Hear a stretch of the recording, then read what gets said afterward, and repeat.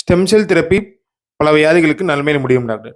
ஆனால் stem cell therapy side effects, stem cell தெரப்பியின் பின்விளைவுகள் நன்மையில் முடியுமா இல்ல தீமையில் முடியுமா டாக்டர்? ஸ்டெம் செல் தெரப்பி பல வியாதிகளுக்கு நன்மையில் முடியும்னு சொன்னீங்க. அது கரெக்ட்.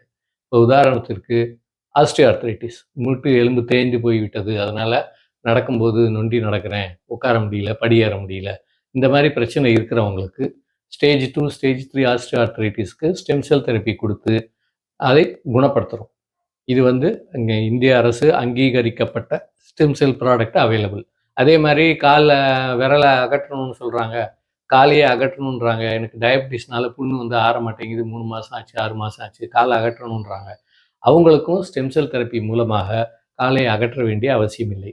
இப்போ இதெல்லாம் ஸ்டெம் செல் தெரப்பியினுடைய அந்தந்த வியாதிகளுக்கு முடியக்கூடிய நன்மையான விளைவுகள். ஆனால் ஸ்டெம் செல் தெரப்பியினுடைய சைடு எஃபெக்ட்ஸ், அது நன்மையில் முடியுமா தீமையில் முடியுமான்னு நீங்கள் கேட்குறீங்க.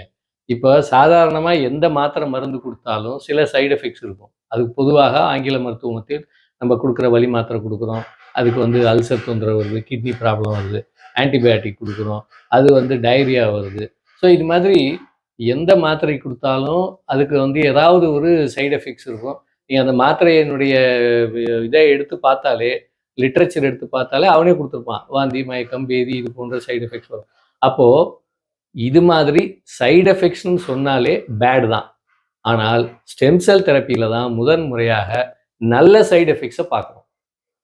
அது எப்படி டாக்டர் நல்ல சைடு எஃபெக்ட் வரும் அப்படின்னா, நாங்கள் ட்ரீட்மெண்ட் கொடுக்கறது ஒரு வியாதிக்காக கொடுக்கும் பொழுது இன்னொரு டிசீஸ் க்யூர் ஆகுது.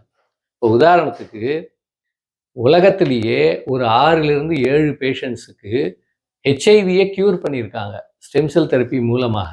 ஆனால் அந்த ஸ்டெம் செல் தெரப்பி ஹெச்ஐவியை க்யூர் பண்ணுறதுக்காக கொடுக்கல. அந்த ஸ்டெம் செல் தெரப்பி வந்து அவர்களுக்கு ஏற்பட்ட ஒரு கேன்சருக்காக கொடுத்த ஒரு ஸ்டெம் செல் தெரப்பி. அதில் ஒரு குறிப்பிட்ட ஜெனட்டிக் மேக்கப் இருக்கிறவங்களுடைய ஸ்டெம் செல் எடுத்து கொடுக்கும் பொழுது அவர்களுக்கு அந்த ஹெச்ஐவி இருந்தால் அது குணமாவதற்கான வாய்ப்புகள் இருக்குது. ஸோ இது வரைக்கும் 6 பேர் குணப்படுத்தியிருக்காங்க.